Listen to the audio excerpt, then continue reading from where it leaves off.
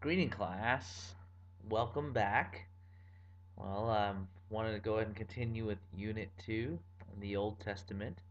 We've gone through the first 6 books of the Bible, so continuing your Bible, go ahead and flip it out. And I'm going to try to add in some more videos to help tell the story instead of just watching it this not so pretty face. But as you can see, we're tracking through, and I want to make sure that if you have any questions, I know you can feel free to email me. You can always call me or text me. I've already had a few people do so. For those of you who are joining, I just want to make sure that you've downloaded the material. I am at Blackboard, and if you're at Blackboard, this PowerPoint is in week number 2 under Unit 2, the Old Testament.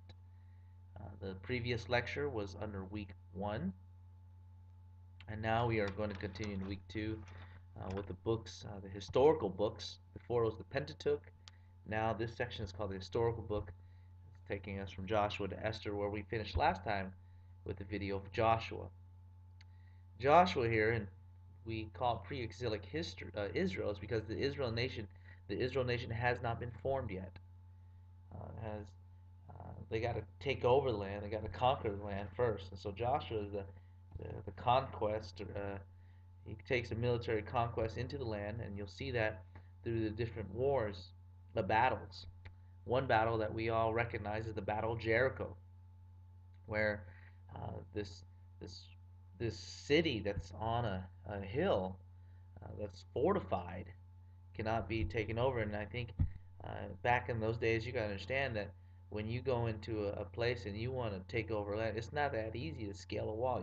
You lay siege on it, and most of the time is what you do is you surround the city that has the fortified walls, because just attacking it, going through it, would just be so much. You'd lose too much. It'd be attrition, and many people would die.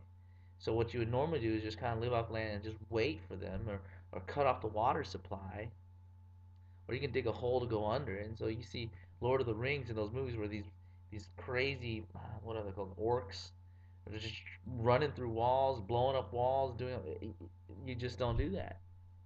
And so you usually wait them out or starve them off, or some sort. Or I guess if you're creative like the Greeks, you do a Trojan horse and you send them into to Troy. But here, the unique battle here is that God tells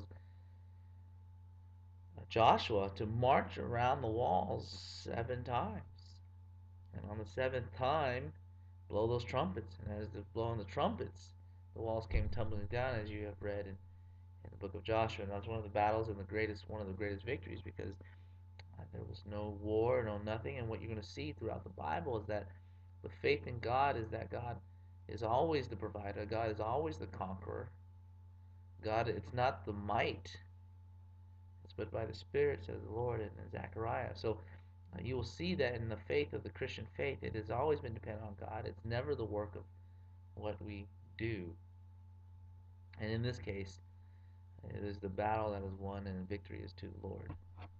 And so you'll see in Joshua that they go through this, and he dies a very good death. And in Joshua, you see that after Joshua dies, he is not as successful as Moses as finding a successor. And what you will see is the next book in Judges, that the land has been conquered, but it's in disarray, and there's no formal government. It's like a mishmash of different territories or different colonies. And it's kind of like the U.S. government. When you study U.S. history, you have 13 colonies, no king, because no one wants a king. But you have independent colonies, and they all operate on themselves, and they're doing their own thing. And it happens in the book of Judges. You see the same thing as um, Israel's failure to fully conquer the land.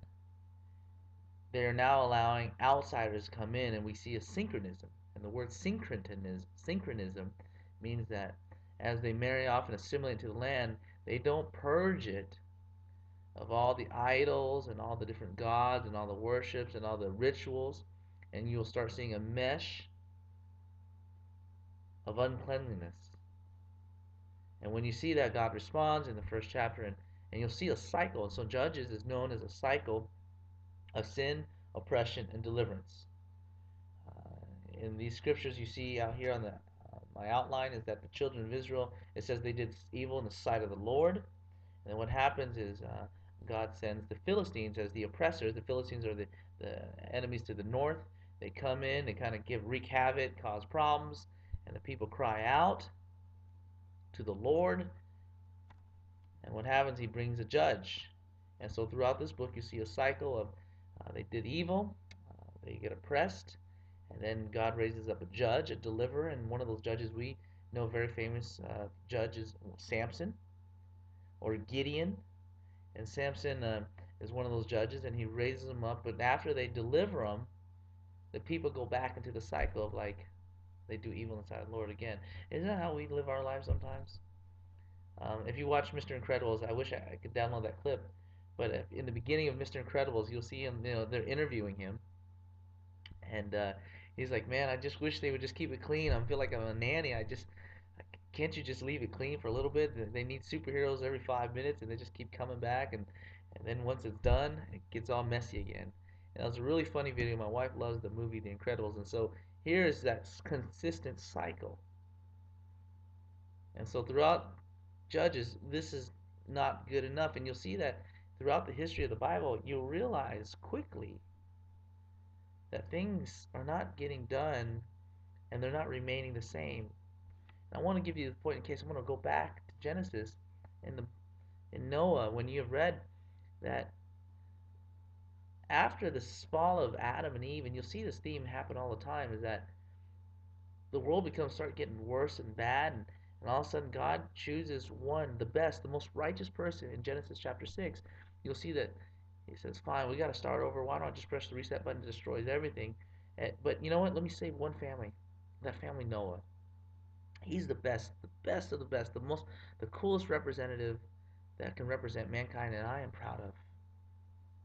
But what you'll see is at the end of the flood and after the end of that family's released, Noah and his sons, um, they get drunk one night and they look upon their father, and lust creeps into their lives again.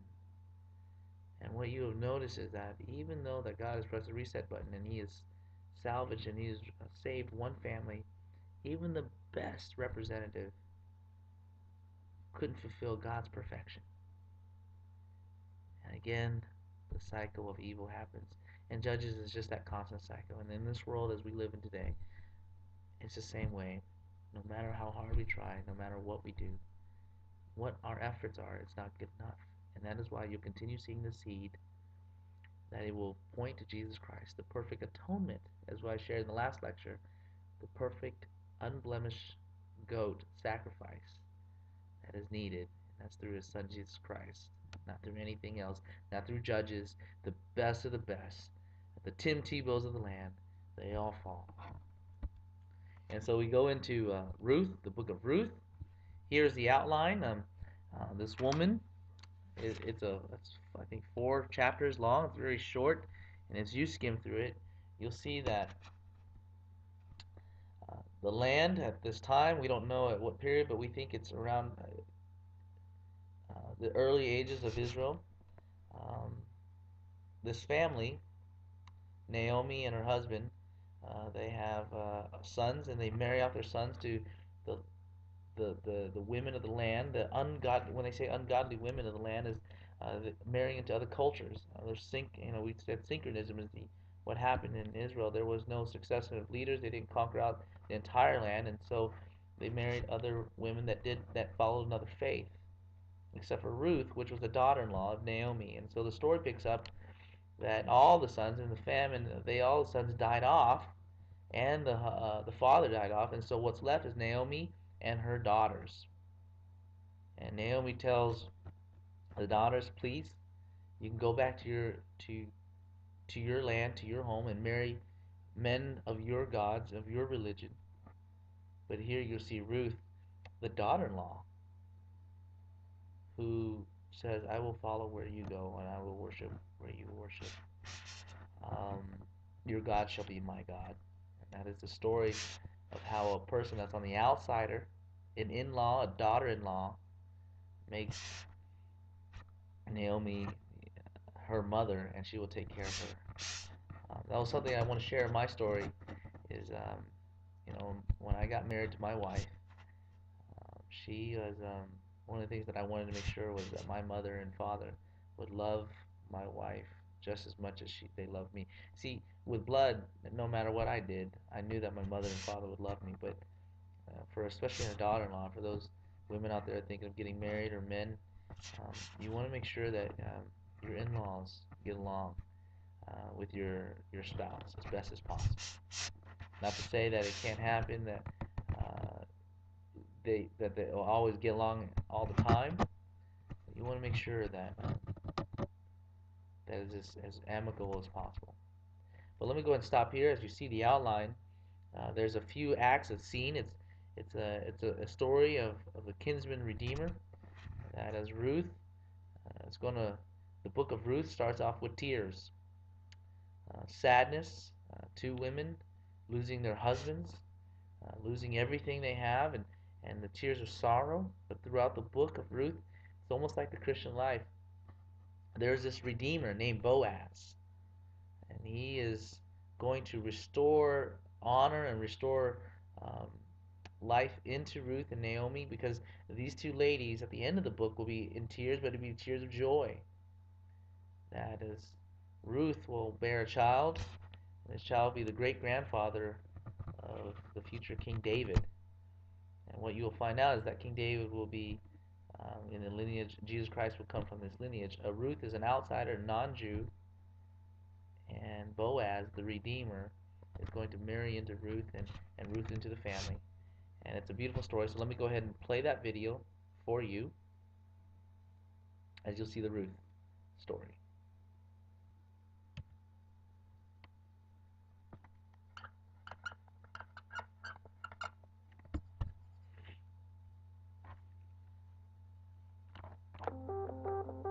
There was a man named Elimelech and his wife Naomi who lived in Israel during the time when the judges were in charge.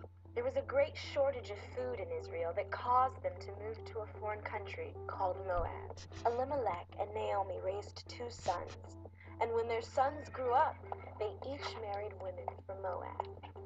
Sadly, Naomi's husband and two sons died, and Naomi was left alone with her two daughter-in-laws.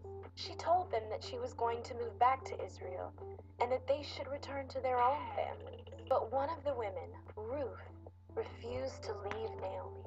She said, "Wherever you go, I will go. Your people will be my people, and your God will be my God." So Naomi and Ruth moved back to Israel to begin a new life. One day, Ruth went to a field to pick up the grain that the farmers had left behind. Little did she know that the owner of the field was Boaz, a relative of Naomi. Boaz was kind to her and offered her to come find food whenever she wanted.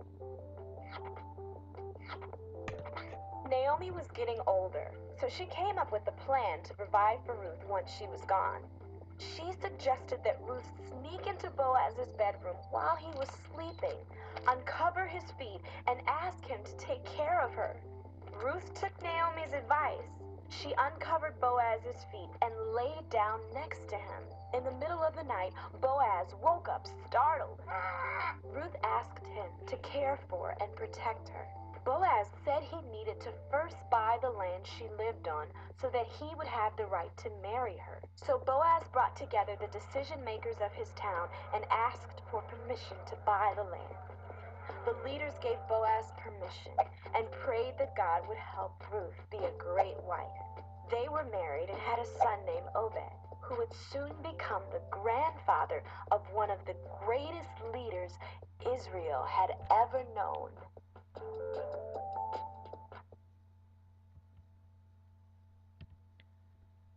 I meant to say grandfather. I think I said great grandfather of King David. And that moves us to our next books of the Bible, First and Second Samuel. What happens is during the time of Judges, they kept going through that cycle of which evil side of the Lord, that people did bad things, and there's an oppression that God sends and tries to purge it, and then they cry out, and then the judges come and restore balance, and you see the cyclical um, process in the book of Judges. Finally, one of the final judges, Samuel comes to the scene. Now, Samuel, I want to read to you. There was a prophet in Eli, and he was, I guess, one of the rulers of the tribal chiefs of the land at the time of Israel. And there was a lady named Hannah. Now, that's my wife's name, Hannah. And she was looking to have a baby, but she was barren and could not have a baby. And she kept praying and praying and fasting. And finally, she said, Lord, if you give me a son, I want to dedicate it to you. And that's what we, as Baptists or as Christians, that's what we do as baby dedication. We do not, as Christian Baptists, we do not consider child baptism. We do immersion baptism, but not for a baby. We feel that a person must be able to make a decision on who they follow, and that's when baptism will mean something. Uh, and so here we find the concept of baby dedication. So she has a baby. She says she wants to dedicate it to the Lord, and God gives her a son named Samuel. And Samuel is dedicated to the temple under the care of Eli, in which he will be raised in the temple to be a future prophet of Israel. And he's going to play a very important part as he anoints King David later on in his years. I wanted to go ahead and read to you a section. I thought that would be very good about how we need to listen to God's calling. And so, as a young boy, probably 10 or 12 years old, this is where the calling, or we get the initiation of this boy Samuel into the services of the Lord. And let me go ahead and read in 1 Samuel chapter 3. Now the boy Samuel was ministering to the Lord in the presence of Eli, and the word of the Lord was rare in those days. There was no frequent vision. At that time Eli, whose eyesight had begun to grow dim, so that he could not see, was lying down in his own place. The lamp of God had not yet gone out, and Samuel was lying down in the temple of the Lord, where the ark of God was. So he's sleeping in the temple, and Samuel and Eli, I guess Eli's in a different room, and Samuel's in a different room, and it's at night, sleeping at the church. And finally, in verse 4, then the Lord called Samuel, and he said, Here I am. And he ran to Eli and said, Here I am, for you called me. But he said, I did not call you. Lie down again. So he went and lay down. So the voice of the Lord says, Hey, Samuel. And Samuel thought it was Eli next door, so he kind of runs out. So verse 6, and the Lord called Samuel. And Samuel rose and went to Eli and said, Hey, here I am. Did you call me? But he said, I did not call you, my son. Lie down again. Now just imagine. It's like kind of like my son. I don't know if you have those who have children or those who have little brothers and sisters. I mean, this is you're sleeping in the middle of the night. You're tired.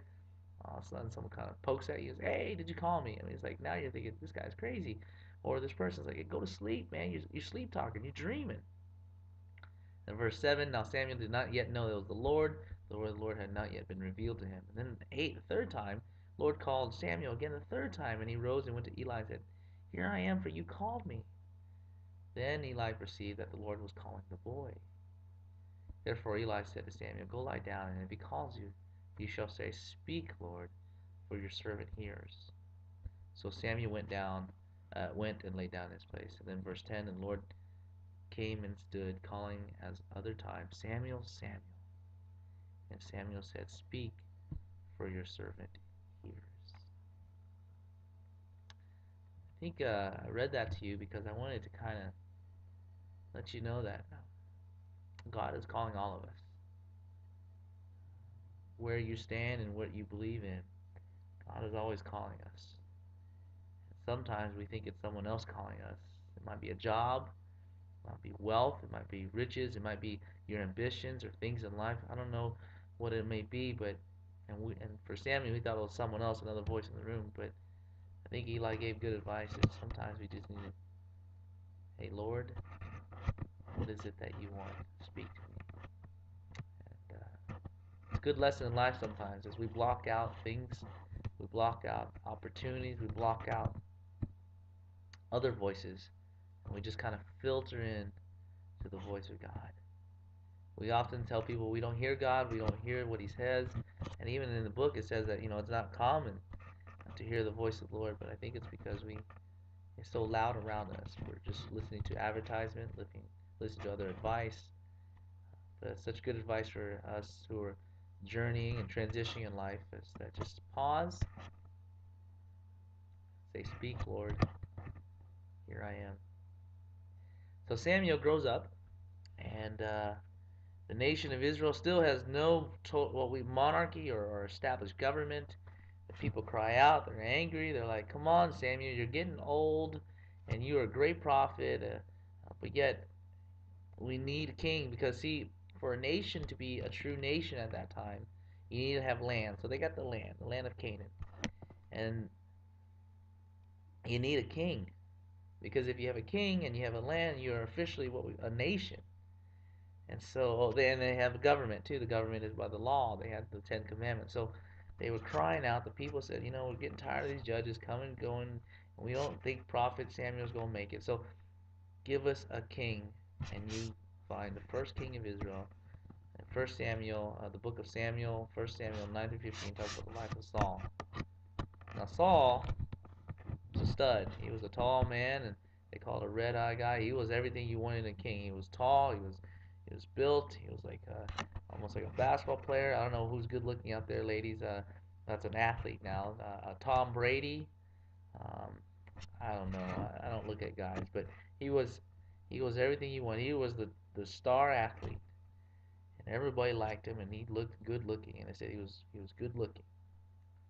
Um, but he compromised. He was not a person of faith in the sense that he was devout to the Lord. He was devout to himself and building himself up. And his own pride was his undoing.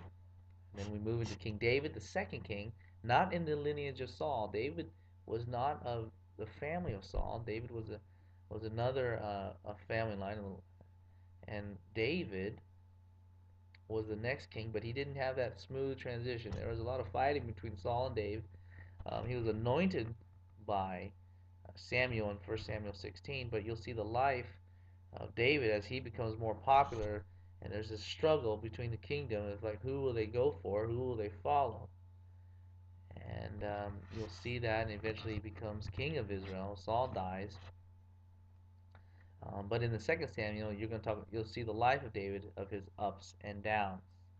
And so here I want to show you that video of King David's life and the trials that eventually was going to lead to some consequences. And we all know that it was his committing adultery that caused him to see his family get torn apart.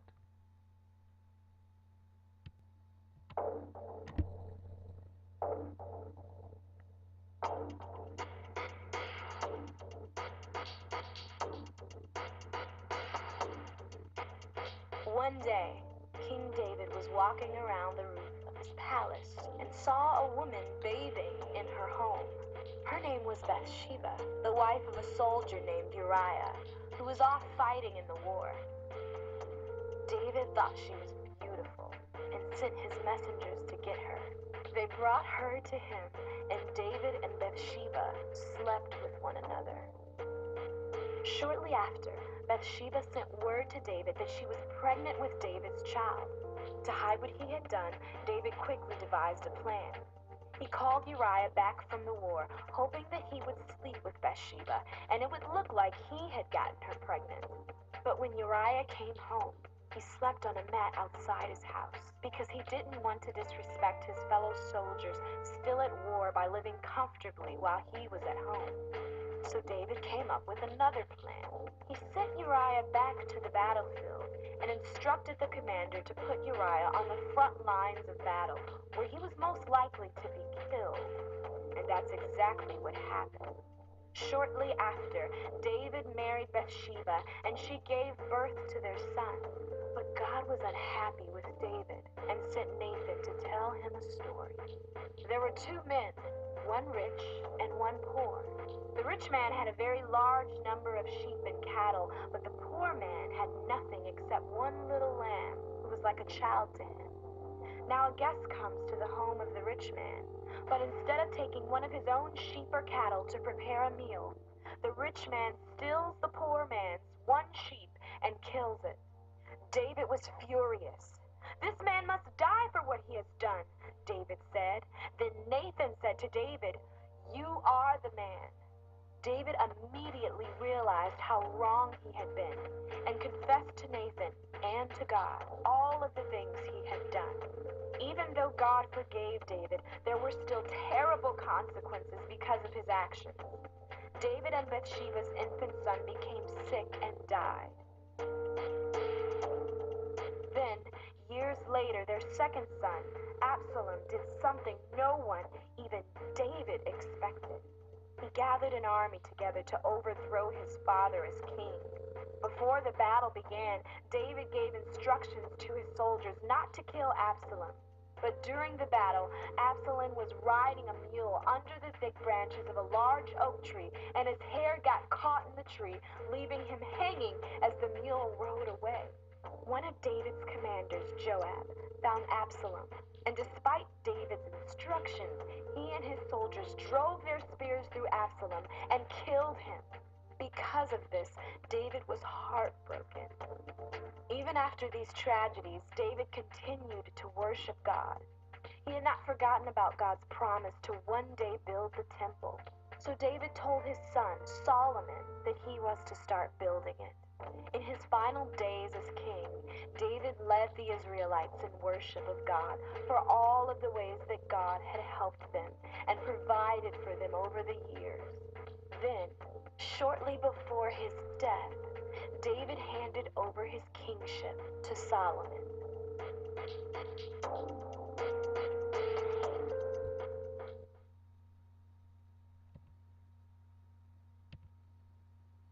And that kind of ends First, Second Samuel, and you see that throughout the book of Samuel, it mostly focuses on the life of David, with the three characters: Samuel, Saul, and David. We whoops, moved too fast. Then we move to First and Second Kings and First and Second Chronicles, and this these two four books. There are two. The reason why it's First and Second is because they couldn't fit all in one scroll, and so you have two scrolls. And so these two, although they overlap, because when you start reading them, you start saying, "Hey, this how come we're repeating here?" And but they were written in different perspectives. And then before I kind of share with you, we just talked about the death of David, and I want to show you how each book, First and Second Kings, was different than First and Second Chronicles, but at the same time, it still gives a different perspective. I'll give you a point in case. First Kings chapter 1, you're going to find out how David dies. And so let me read that to you. Now King David was old and advanced in years, and although they covered him with clothes, he could not get warm. Therefore his servants said to him, "Let a young woman be sought for my lord the king, and let her wait on the king and be in his services. Let her lie in her arms, that my lord the king may be warm." So they sought for a beautiful young woman throughout all the territory of Israel, and found Abishag the Shunammite, and brought her to the king. The young woman was very beautiful, and she was a service to the king, and attended to him, but the king knew her not. Now, it doesn't take much to understand that servicing a king doesn't mean that she was playing dolls with him. Here, he's lying with a prostitute, a woman that he did not know, and that she was taking care of him all those years. And so you see a picture of this old man, decrepit, advanced in his years, lying with a woman that he did not know, and it feels almost depressing. Not surrounded by loved ones, that he couldn't even make a decision what to do next. But let me go to First Chronicles chapter 29 at the end of it. So to set you up, First Chronicles chapter 9:26, David had, just like the video has said, that he set his son up, Solomon, to build out the temple, this luxurious temple. And the Chronicles was written by the chronicler, so there's no author. They call it the chronicler, so some editorial. And you will see that here, this is the death of David, and it's described as this: "Thus David, the son of Jesse, reigned over all Israel. The time that he reigned over Israel was 40 years. He reigned 7 years in Hebron, 33 years in Jerusalem. Then he died at a good age, full of days, riches, and honor. And Solomon his son reigned in his place. Now the acts of King David from first to last are written in the Chronicles of Samuel the seer, and the Chronicles of Nathan the prophet, and the Chronicles of Gad the seer, and with accounts of all this his rule, his might, and the circumstances that came upon him and upon Israel, upon all the kingdoms of countries. Notice how these two are they contradicting each other? This sounds like he was good age, full of days, riches. Sounds like he full of honor. It sounds like man, this he's like a stud, like King Arthur of the Knights of the Round Table. But in the first Kings, documents him as this lonely old man sleeping with a woman he doesn't know, and just kind of just letting his years waste by. What's perspectives? In the Bible, you will notice that there are the same thing of the Gospel, Matthew, Mark, and Luke, and John. You have different perspectives as one is telling the story, which is right and which is wrong. Well, they all are according to a perspective, and you're getting a picture of how life of King David, which God quotes, the Bible quotes, is a man after God's own heart. And I think that's something good for us as we kind of consider God. Whoops, I opened up that God. Even though we fall and we sin or we do things that are evil in the sight of the Lord, um, God has always been gracious to David. David messed up. I mean, you saw in the video, he schemed, he lied, he committed adultery, he committed murder, but still he was a man after God's own heart. And God had a plan for him. And what does that say? That there's a forgiving God. It also says that King David and King Saul, the the King David, the one that could slay a giant and the one that would beat up David and Goliath, that wrote all these songs and psalms and quoted man after God's own heart, still had problems. And whatever he could not meet the standards of God. And again, I'm repeating this, is that all these people could not meet the standards, and they could not, the best of the best could not restore any peace uh, or be good enough to help the people around them to be exonerated, to be redeemed by God. And again, the plan of man does not work, and it continues to fail. And so the outline of First and Second Kings is it starts off with King David and the succession of Solomon, but throughout later on, you will start seeing that David had a son Solomon, and Solomon was one of the wisest kings ever, and that's a great story of how he got that, and it's something you want to read in First Kings chapter 2 of how he became the wisest king ever. He expanded the kingdom, became one of the richest places, nation of the world. This is the height of Israel. The rest of the world could not compete. They owned the marketplace, and they were Rome at that time is in the most dominant force. Um, but Solomon had the same problem his father had. His father had 300 wives. Solomon had 1,000 concubines. Lust crept into his heart. He married off other women of other nations, and what happened was he followed their gods, and he was not faithful to King David. Solomon, funny is Solomon wrote the book of wisdom and Proverbs, but he also wrote the book of follies in Ecclesiastes. All the bad things and all the wrong things he did, and that is where you get his quote, vanity, vanity, vanity. Everything is vanity. And Solomon uh, did not die a good death. Um, his son Rehoboam takes over, and Rehoboam was not like his father, and he was even worse that he didn't follow God. He didn't follow the God, and what happened is through a series of bad decisions, the two nations, Israel splits in half, and there's a civil war, and you're going to see something. And let me go ahead and get that map for you. That the kingdom of Judah, which is the south, is green. Two nations. There's 12 tribes. The oldest one is Judah, and the youngest one, Benjamin. Uh, they split off. They split off with Jerusalem, the capital, to the south. The orange are the 10 other nations we call the kingdom of Israel, and eventually their capital will be. It's not on here. Well, Shechem, but it's not on here now. But these 10 kingdoms, tribes, formed the north, Israel and Judah. Because of bad decisions of Rehoboam, there's a civil war. Jeroboam is the new king of the north, and he has a competing religion, and he creates the sex worship religion. He brings in all the religions, and they're very big on um, uh, the sexual and the pleasure and a lot of the fun things in life as a competing religion. And the people of God to the south continue to try to be faithful.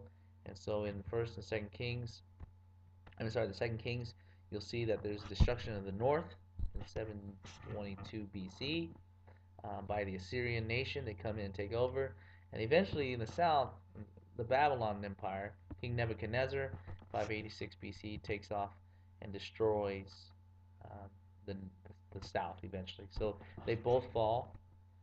First and Second Chronicles, I told you, is very similar to First and Second Kings, as opposed to, except it's from a different perspectives. Again, you have the genealogies of all the kings that lived throughout that time, the monarchy, and then the post kingdom, what happened afterwards. And you had a series of bad kings in the north, you had a series of bad and so good kings in the south. But whatever it is, they both fall and eventually completely fall. And Second Chronicles 36 is the fall of the south, Judah, by the Babylonian Empire. And that concludes us. Then we move in to the post-exilic time. And so after they destroy everything, nations back then, what they would want to do is that they would, oops, I pushed the stop button. So nations back then, after they take over a country, um, they would export the citizens into their country to assimilate them faster. So when you see that, it's less as a revolt. You don't just kind of put a nation to itself and then they're all bitter and they're angry and then one day they're going to rise up and destroy you. The worst thing that they could do is actually take their culture, basically strip their culture, put a person, a baby, a young man, young people, and put them into their nation and train them and assimilate into their nation so they may grow fond of the women maybe, or they enjoy the lifestyle of the new nation. And so you have this assimilation. And that's what happened with Daniel. If you remember Daniel in the lion's den, Daniel, after they got destroyed, he was exported or exiled to Babylon. Him and Meshach, Shadrach, and Abednego. And they even got new names. And when you get new names, you're basically getting rebranded, reprogrammed, and you would he lived out there, and you remember the series. If you read through the book of Daniel, you'll see that they would try to make them eat their foods, worship their gods, do what they want to do, and eventually assimilate to their culture, and eventually forget the Jewish culture. But the Jewish nation, the people of God, the elect people of God, God would not allow that. Now, the prophecy in Daniel did say that 70 years that they would return back to Israel. So after Babylon took over, and after the end of First Chronicles, exactly 70 years will pass, and then the people of Israel will migrate back. And so here we have the exilic and post-exilic history with Ezra and through Nehemiah. The outline of Ezra here is that he goes back from Babylon over on the Persia side, and they come back the first time to help rebuild the house of God. And so in the book of Ezra, they're going to rebuild the temple. You see, in the Chronicles, you'll see that Babylon came in and destroyed the temple. So the temple that David helped Solomon build up was destroyed by the Babylonian Empire.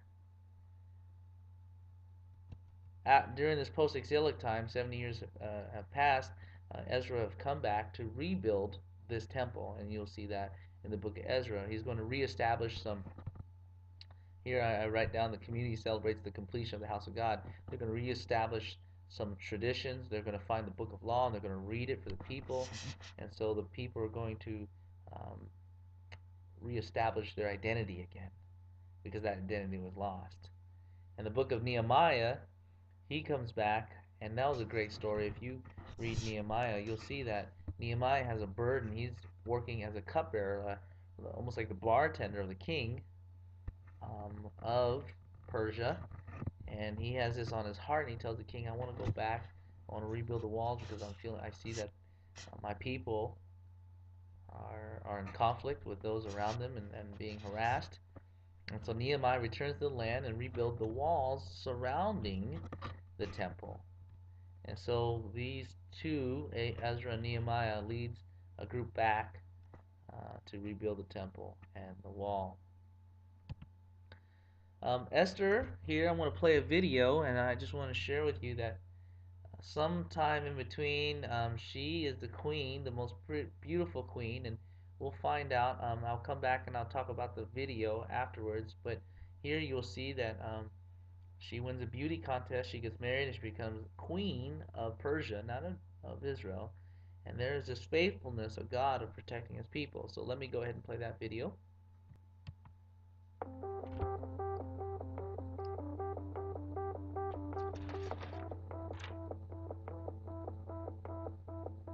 The Israelites left Babylon, many returning to Jerusalem, and some heading to surrounding countries. An Israelite named Mordecai moved to a country called Susa with his adopted daughter Esther. While they were there, the king of Susa, Xerxes, was looking for a woman to become queen. Young women from all over Susa, including Esther, were brought to live in the king's palace and go through a year of beauty treatments before the king would make his selection. When Esther finally got to meet King Xerxes, he was attracted to her more than any of the other women. So Xerxes placed a crown on Esther's head and made her queen. But Esther did not tell him that she was an Israelite, also called a Jew, because Mordecai asked her not to, fearing his reaction. One day, Esther's father Mordecai was sitting near the king's gate and overheard two of the king's officers planning to kill the king. So he warned Esther, and Esther told King Xerxes. The king's life was saved, and the two men were executed. Shortly after, King Xerxes promoted one of his men, named Haman, to a position higher than all the other officials. He commanded everyone to bow down as Haman entered each day through the king's gate, but Mordecai refused. When Haman saw this, he was furious and even more angry when he found out from some of his officials that Mordecai was an Israelite. So he looked for a way to kill not only Mordecai, but all of the Israelites living in Susa. He convinced King Xerxes to declare a law stating that all Israelites living in the region would be killed on a specific day because they would not follow the king's laws. When Mordecai heard about the law, he tore his clothing and wept bitterly. He convinced Esther to go before the king, revealed that she was an Israelite, and asked the king to spare her people. There was one problem. No one, not even the queen, was allowed to come before the king uninvited. If they did, they risked being put to death. But Esther was brave and approached the king, who asked, "What is your request?" Esther said that she wished for the king to host a banquet and to make sure that Haman, the man who wanted to kill the Israelites, was there. At the banquet, she would make her request known. When the day of the banquet came, everyone, including Haman, was there. The king asked Esther what it was that she wanted. She revealed that she was an Israelite, a Jew, and begged for her own life and the lives of her people. The king was furious with Haman, who had convinced him to create the law and had him arrested and killed. Then King Xerxes not only removed the law to kill the Israelites, but gave all of them living in the region protection and rights. Because of Esther's bravery, the Israelites were spared and even honored.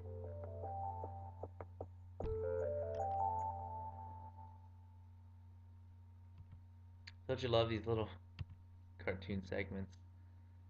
Um, the courage of Esther also reminds us of those who are in the faith.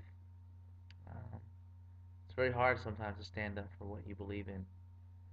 Here, I want you to know that as much as I teach about the Bible and want you to understand the Bible as I have come to understand, um, I also want to be objective and fair to you for those who have not yet understood why Jesus Christ is is the Savior to all.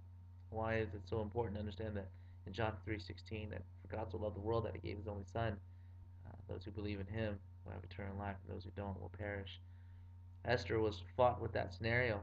It's not challenging the king is punishable by death, but she stood up for what she thought was right for her people, for the people that God said that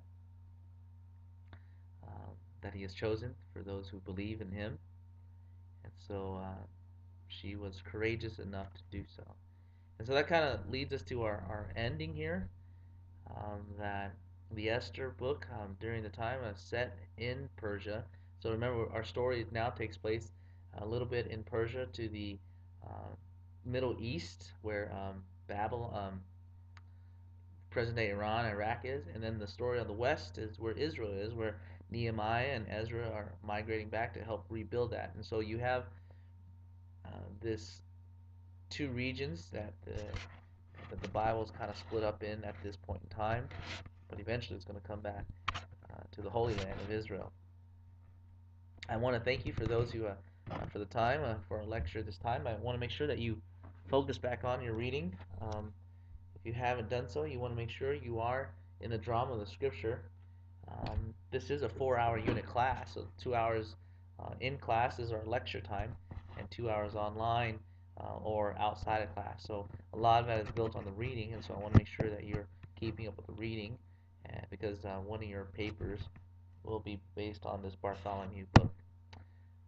I want to wish everybody well. See you very soon, and I look forward to seeing everybody in class again. Blessings. Take care.